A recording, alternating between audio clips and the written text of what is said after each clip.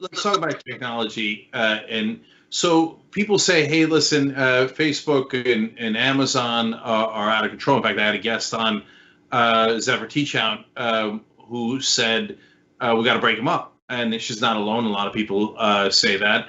On the other hand, it has allowed even companies like us to get past the gatekeepers of the old mainstream media, the CNNs and New York Times of the world. So it's given great freedom, but it's also led to, ironically, more control over not just the economy, but of society and culture through these giant tech companies. So as you look at that in totality, do you think we're better off or worse off than we were before this great tech surge? I think we're probably net better off. I think that the value that the companies have created is extraordinary, right? Like, look at what you're able to do on YouTube. YouTube is a wonderful thing with some toxic side effects. I think one of the key questions you asked is, should they be broken up and could it be done better, right? Is there a way you could reorganize these companies, which are much too big and have much too much power and much too much control, every way you possibly look at that word? And the answer is yes, of course, right? It would be much better if we had a more competitive, more capitalist system. If there weren't 5 companies that controlled everything, if there were 25 companies. But if you take that as your assumption, that doesn't necessarily mean you should break them up. Because if you're going to argue that you should break up the tech companies, that means you're trusting the government, the United States government, run by Donald Trump, with his Justice Department, run by William Barr.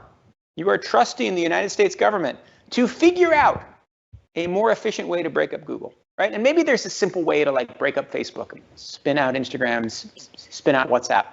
But my fundamental critique is that you shouldn't trust the government to do this incredibly hard thing right now. Yeah. No, Joe Biden's a genius. He'll figure it out. Texas is weak spot. That's one of the interesting things to watch. No, obviously I'm kidding. I mean, Joe Biden, who's still talking about corn pop. I'm not, I assume and hope he'll have good people around him, unlike Trump. But he's probably not the world's top expert on tech. So, but in terms of what the future looks like, Nick, I want to stay with you on that. Yeah. So, how do you think this develops? Do the Facebooks of the world manage to control that toxicity? And if so, does that come with too high a price? Or is this the state of affairs? What they're doing is they're holding up a mirror to us, and humanity is wonderful and humanity is ugly, and it's just going to keep on holding up that mirror. I think it's probably closer to the latter. I don't think they're going to be able to solve the problem. I think that the problem of toxicity will not go away. These companies are too large, and they set off in a direction where they abdicated responsibility in their early years. By the time they realized they had responsibility for toxicity, the problem had become massive. And so Facebook is genuinely trying to solve its toxicity problem, but it is no longer a problem that it can solve, and it is a problem that will only get harder as we move into an era of deepfakes, as we move into an era of hackers with profound abilities in artificial intelligence, as we move into quantum computing, who knows? So I don't think the problem will be solved. I think it will just continue to hold up a mirror and be incredibly complex, but I would love to be proven wrong.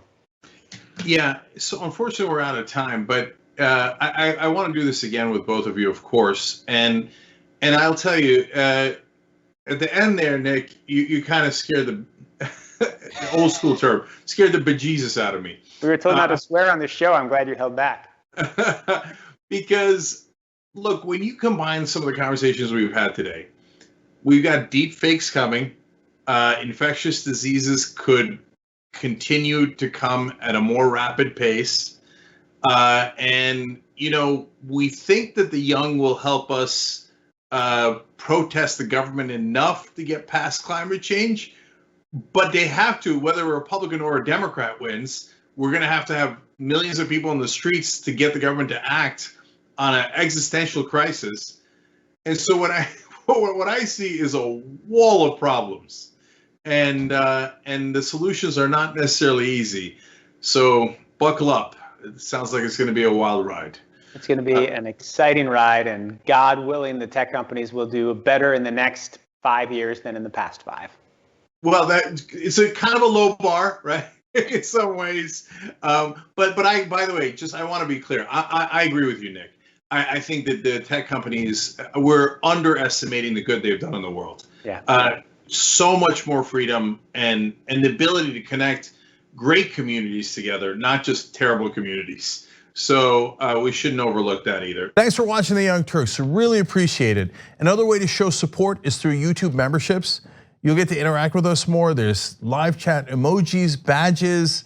You've got emojis of me, Anna, John, JR. So those are super fun. But you also get playback of our exclusive member-only shows and specials right after they air. So all of that, all you gotta do is click that join button right underneath the video. Thank you.